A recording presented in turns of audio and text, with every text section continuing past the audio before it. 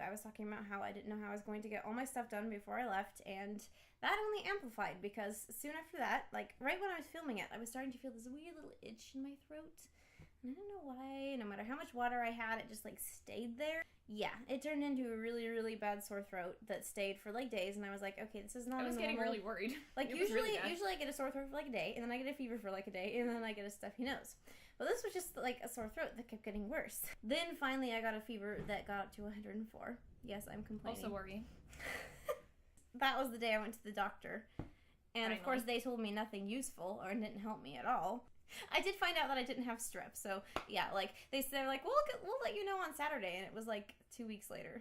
Rabbit trail. Anyways, I finally got over my sickness and then was in a huge frenzy to get everything done. I barely did. In fact, I still have some hand sewing to do on my ball gown, which I'm going to do while we watch Pride and Prejudice 1940, or as we like to call it, Pride and Prejudice.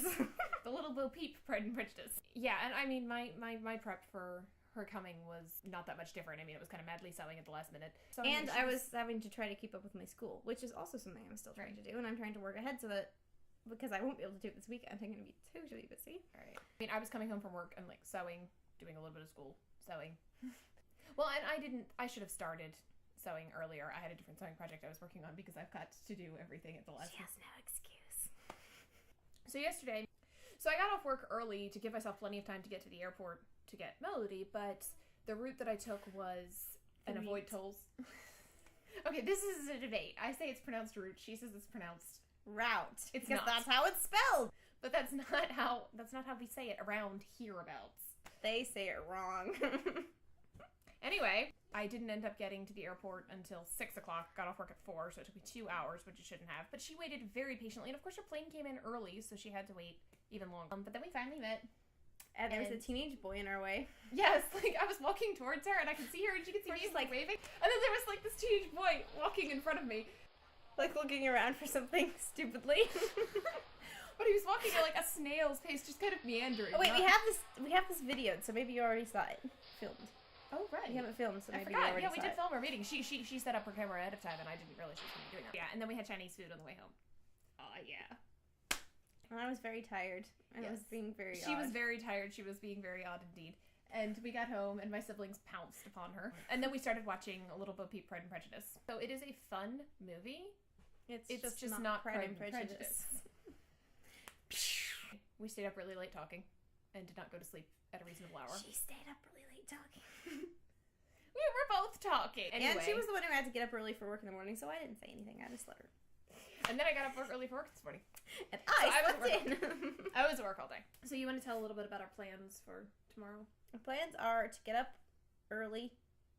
I hate getting up early. Oh, it'll be okay. Well, she's going to drive, and I'm going to read to her. And we're going to listen to Jane Austen soundtracks. Mm-hmm.